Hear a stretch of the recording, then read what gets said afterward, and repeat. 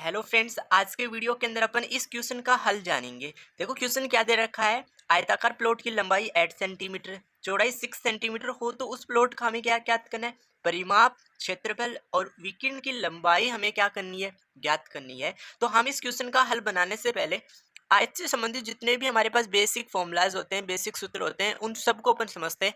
सभी स्टूडेंट्स उन सूत्र को समझ लोगे तो आप इस टाइप के कोई भी क्वेश्चन को क्या कर लोगे, बहुत ही आसान तरीके से हल कर लोगे। तो सबसे पहले अपन सारे इंपॉर्टेंट जितने भी फॉर्मूले बनेंगे आयत पे, उन सबको समझते हैं। चलो आओ समझते हैं। यस देखो, सबसे पहले मैंने इस टाइप की आकृति बनाई। इस आकृति को हम क्या कहते हैं, आयत कहते हैं। आयत की परिभाषा क्या होती है कि ऐसी चार भुजाओं से घिरी हुई बंद आकृति। इसमें देखो चार भुजाएं हैं, 1 2 3 और 4, चार भुजाओं से घिरी बंद आकृति जिसमें आमने सामने की भुजाएं क्या होती हैं, समान होती हैं। इस भुजा के सामने की ये भुजा समान है और इस भुजा के सामने ये भुजा क्या है, समान है। तो इसी आकृति को हम क्या कहते हैं, आयत कहते हैं। अब देखो इसमें हमारे पास जो बड़ी भुजा है, यानी यहाँ से लेके यहाँ तक की भुजा क्या है, बड़ी है, तो इस भुजा को हम क्या कहते हैं, लंबाई। लंबाई जिसको अपन शॉर्ट में किससे शो करेंगे, एल से। तो ये लंबाई होगी तो ये भी क्या आ जाएगी, लंबाई आ जाएगी। और इस भुजा को हम क्या कहते हैं, चौड़ाई, जिसको हम शॉर्ट में क्या लिख देंगे, बी लिख देंगे। तो ये लंबाई था तो ये भी लंबाई आ गया, ये चौड़ाई तो ये भी हमारे पास क्या आ गया, चौड़ाई आ गया। तो सभी स्टूडेंट को समझ में आ गया होगा कि आयत के अंदर चार भुजाएं होती हैं और चारों भुजाएं कौन कौन सी होती हैं, दो लंबाई होती हैं और दो हमारे पास क्या होती हैं, चौड़ाई होती हैं। तो सबसे पहला फॉर्मूला हम बनाते हैं, आयत का परिमाप अपन कैसे ज्ञात करेंगे। आयत का परिमाप, जब हमें किसी भी आकृति का परिमाप ज्ञात करना होता है तो हमें उस आकृति की जितनी भी भुजाएं दे रखी है उन सबका योग कर दो।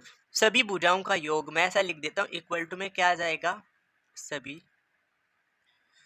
भुजाओं का योग। हम रटेंगे नहीं, फॉर्मूले फॉर्मूले समझेंगे। सभी भुजाओं का योग, तो हम यहाँ से चल रहे हैं। देखो पहले हमें क्या मिला, एल, लंबाई मिला, तो एल लिख दो। फिर प्लस में यहाँ से हम यहाँ गए तो बी, चौड़े आ जाएगा। फिर प्लस में हम यहाँ से यहाँ गए तो क्या आ जाएगा, एल आ जाएगा। फिर प्लस हम यहाँ से यहाँ आ गए तो क्या आ गया, बी आ गया। चार भुजाएं थी, चारों भुजाओं का हमने क्या कर दिया, योग कर दिया। अब देखो एल और एल दोनों एक समान एक प्रकार की भुजाएं, तो जोड़ दो तो कितना आ जाएगा, 12 आ जाएगा।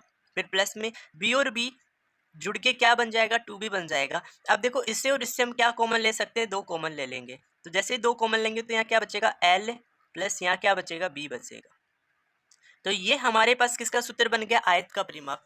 आयत का परिमाप निकालने का सूत्र क्या है, दो ब्रैकेट में लंबाई प्लस क्या आ जाएगा, चौड़ाई आ जाएगा। इस सूत्र के द्वारा अपन क्या करते हैं, आयत का परिमाप निकालेंगे। जो क्वेश्चन अपन डिस्कस करेंगे उसके अंदर अपन इस फॉर्मूले का उपयोग करेंगे। अब देखो सेकंड फॉर्मूला समझते हैं। सेकंड फॉर्मूला हमें क्या बनाना है, आयत का क्षेत्रफल। आयत का क्षेत्रफल, हमें इकाई का भी ध्यान रखना होगा। अगर ये लंबाई और चौड़ाई मीटर या सेंटीमीटर में दे रखा है तो उसी के अंदर अपन किसको बताएंगे, परिमाप को।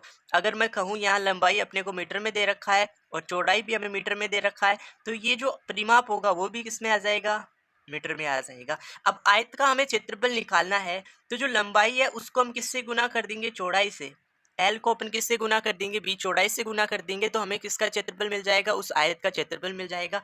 इकाई क्या आएगा, देखो ये भी मीटर है और ये भी मीटर में है, इसलिए अपन मीटर की घात क्या कर देंगे, दो कर देंगे। क्योंकि हमें यहाँ सेंटीमीटर भी दिया हुआ हो सकता है तो अपन वहाँ पे सेंटीमीटर की घात कितना कर देंगे, दो कर देंगे क्षेत्रफल में, और परिमाप में सेंटीमीटर आ जाएगा। यहाँ मैंने मीटर लिया तो मैंने परिमाप को मीटर में बता दिया और क्षेत्रफल को किस में बता दिया, वर्ग मीटर में बता दिया। ओके, एक थर्ड और इम्पोर्टेंट फॉर्मूला अपन समझते हैं, उसके बाद उस एग्जाम्पल को समझने वाले हैं। थर्ड जो हमारे पास सूत्र होगा उसमें अपन देखेंगे कि जो आयत का विकीर्ण होता है उसकी अपन लंबाई कैसे निकालेंगे। आयत का विकीर्ण ज्ञात करने का सूत्र क्या होता है, तो मैं आपको सबसे पहले बता दूं कि इस आकृति में विकीर्ण आप किसको कहते हैं। इस आकृति में विकीर्ण हम कहेंगे कि इस बिंदु को हम इस बिंदु से मिला देते हैं।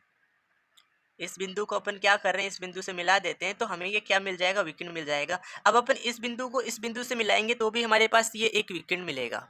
जब हम इस बिंदु को इस बिंदु से मिलाएंगे तो भी हमें क्या होगा, एक विकीर्ण मिलेगा। तो ये हमारे पास क्या बन गया, विकीर्ण बन गया। इसी को हम क्या कहते हैं, विकीर्ण कहते हैं। अब हमें इसी की लंबाई ज्ञात करनी है कि यहाँ से यहाँ तक की दूरी कितनी है। तो आप देखो कि यहाँ पे ये हमारे पास एक समकोण त्रिभुज बन रहा है। क्योंकि आयत का जो ये प्रत्येक कोण होता है वो कितना डिग्री होता है, 90 डिग्री होता है। तो हमें क्या करना होगा, इस समकोण त्रिभुज के अंदर हम पाइथागोरस प्रमेय लगाते हैं और पाइथागोरस प्रमेय लगा के हम किसका मान निकालेंगे, विकर्ण का मान निकालेंगे।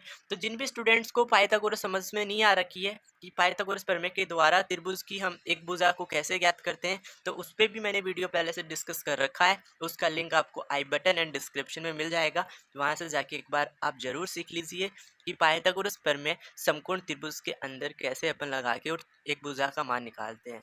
देखो यहाँ हम क्या करेंगे, हमें इसका क्या चाहिए, मान चाहिए। तो 90 डिग्री के सामने की जो भुजा होती है वो हमेशा बड़ी होती है। तो 90 डिग्री के सामने कौन सी भुजा, विकर्ण है। तो इस भुजा का जो वर्ग होता है, देखो पाइथागोरस प्रमेय अपन कैसे लिखते हैं कि 90 डिग्री के सामने वाली जो भुजा है वो हमेशा इन तीनों भुजाओं से बड़ी होती है। क्योंकि मैं इस त्रिभुज की बात कर रहा हूँ, इन तीनों भुजाओं से बड़ी कौन सी भुजा है, विकर्ण। तो इसका वर्ग कर दो, इस भुजा का वर्ग कर दो और बाकी जो दो भुजाएं हैं उनका वर्ग करके जोड़ दो। आप लंबाई का भी वर्ग कर दो और चौड़ाई का भी वर्ग कर दो और इनको जोड़ दो, तो इनके क्या आएगी, बराबर आएगी। यहाँ से हमें किसका मान चाहिए, विकर्ण का मान चाहिए।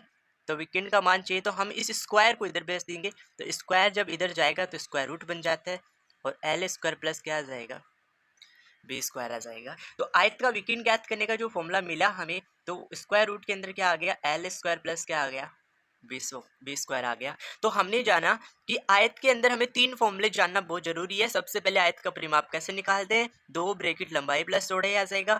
आयत का क्षेत्रफल लंबाई इंटू चौड़ाई आ जाएगा। और आयत का विकर्ण ज्ञात करने का सूत्र हमने देखा, वर्गमूल एल स्क्वायर प्लस क्या आ जाएगा, बी स्क्वायर आ जाएगा। तो जिस भी स्टूडेंट ने तीनों फॉर्मूले समझ लिए, तो हम जो पिछले वाला एग्जाम्पल था उसका अपन हल बनाना सीखते हैं। यस अब देखो हमें इसके अंदर लंबाई दे रखा है कितना, 8। तो एल इक्वल टू कितना दे रखा है, 8 सेंटीमीटर दे रखा है। और चौड़ाई जो दे रखा है बी इक्वल टू कितना दे रखा है, 6 सेंटीमीटर दे रखा है। सबसे पहले हमें क्या ज्ञात करना है, इस प्लॉट का परिमाप, यानी प्लॉट कैसा, आयत, यानी आयत के परिमाप का अपन सूत्र लगा देंगे।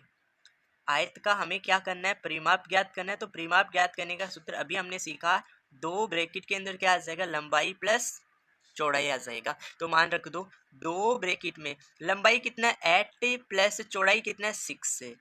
तो 2 गुना 8 प्लस से कितना आ जाएगा 14, और 14 को 2 से गुना कर देंगे तो 28। और ये दोनों सेंटीमीटर में थे तो परिमाप भी हमें किस में मिल जाएगा, सेंटीमीटर में। तो फर्स्ट जो आंसर होगा वो हमारा क्या आ जाएगा, 28 सेंटीमीटर आ जाएगा।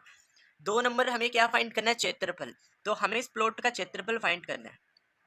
हमें इस प्लॉट का क्या फाइंड करना है, क्षेत्रफल फाइंड करना है। और क्षेत्रफल फाइंड करने का भी सूत्र हमने सीख लिया कि लंबाई को हम चौड़ाई से गुना कर दे तो हमें क्या मिल जाएगा, उस आयत का क्षेत्रफल मिल जाएगा। तो लंबाई हमारे पास कितना 8 इंटू चौड़ाई 6 है। 8 को 6 से गुना करेंगे तो कितना आ जाएगा, 48 आ जाएगा। और सेंटीमीटर को सेंटीमीटर से गुना करेंगे तो क्या आ जाएगा, वर्ग सेंटीमीटर हमारे पास क्या आ जाएगा, क्षेत्रफल का इकाई आ जाएगा। जो थर्ड क्वेश्चन था उसमें क्या हमें ज्ञात करना है, विकर्ण की लंबाई ज्ञात करना। और विकर्ण की लंबाई कैसे ज्ञात करते हैं, इस उत्तर को भी अपन सीख चुके हैं, तो अपन उसका वैल्यू रखते हैं। तो हमें क्या करना है, इसके विकर्ण की लंबाई ज्ञात करनी है। तो विकर्ण की लंबाई ज्ञात करने का सूत्र अभी हमने सीखा, क्या, रूट के अंदर लंबाई का स्क्वायर प्लस में क्या सीखा, चौड़ाई का स्क्वायर। तो रूट हम ऐसा कैसा लगा देते हैं, लंबाई कितना 8 तो 8 का स्क्वायर कर देता हूँ, फिर प्लस चौड़ाई कितना है 6 तो 6 का स्क्वायर कर देता हूँ। स्क्वायर रूट के अंदर 8 का स्क्वायर 64 प्लस 6 का स्क्वायर कितना आ जाएगा, 36 आ जाएगा। रूट के अंदर 64 में 36 जोड़ दोगे तो कितना आ जाएगा, 100 आ जाएगा। और 100 किसका स्क्वायर होता है, 10 का, यानी 100 का वर्गमूल कितना आ जाएगा, 10 आ जाएगा। और सेंटीमीटर क्या आ जाएगा, इसका इकाई आ जाएगा। तो इस टाइप से हमने एक आयत जो दे रखा था उसका हम परिमाप, क्षेत्रफल और विकर्ण की लंबाई किस प्रकार से ज्ञात करते हैं, सभी स्टूडेंट्स को बहुत अच्छे तरीके से समझ में आ गया होगा। अगर आपको ये वीडियो अच्छा लगा तो आप वीडियो को लाइक करें और चैनल पे अगर आप पहली बार विजिट कर रहे हैं तो चैनल को आप जरूर सब्सक्राइब कर लें। Okay, thank you for watching video.